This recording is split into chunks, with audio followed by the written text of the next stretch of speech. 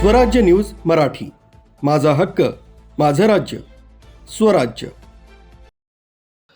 Nashik Adgaon police Thane हद्दीत ऑगस्टमध्ये निमसे विरुद्ध धोत्रे टोळीत झालेल्या वादातून राहुल धोत्रे याच्यावर प्राणघातक हल्ला करण्यात आला। त्यात त्याचा मृत्यू झाला होता। या खुनाच्या गुन्ह्यात मागील 4 महिन्यांपासून फरार असलेला मुख्य संशयित आरोपी मारेकरी सचिन दहिया उर्फ गोलू वय 24 वर्ष राहणार निमुआ सतना मध्य प्रदेश हा फरार झाला होता। गुंडाविरोधी पथकानं त्याच्या गावात धडक देत 3 दिवस मुक्काम ठोकून एका नातेवाईकाच्या अंत्यविधीसाठी तो आला असता वेषांतर करत शितापीनं सिनेस्टाईल त्याला जाळ्यात घेतलाय। 22 ऑगस्ट रोजी झालेल्या वादातून नांदूर नाका नांदूरगाव परिसरात निमसे टोळीनं आकाश धोत्रे त्याचा भाऊ राहुल धोत्रे यांच्यावर हल्ला चढवला होता। या हल्ल्यात राहुलच्या पोटात वर्मी घाव लागल्यानं त्याचा उपचारादरम्यान मृत्यू झाला होता।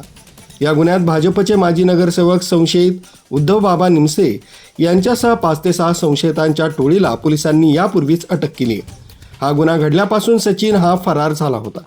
या गुन्ह्यात तो पोलिसांना हवा होता।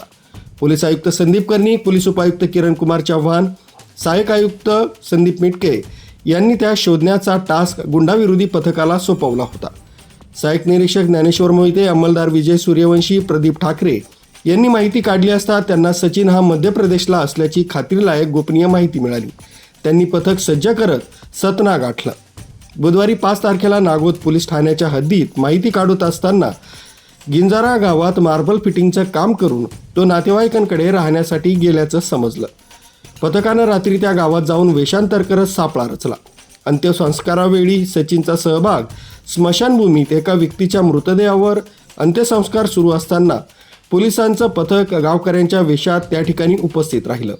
तिथं त्यांनी संशयित सचिन यास ओळखून अंत्यविधी आटोपल्यानंतर शिताफीनं त्याला बाजूला घेतला। यावेळी पोलीस असल्याची त्याला कुणकुण लागताच तो मळ्याकडे पळू लागला। पथकानं त्याचा पाठलाग करत त्याला ताब्यात घेतलाय।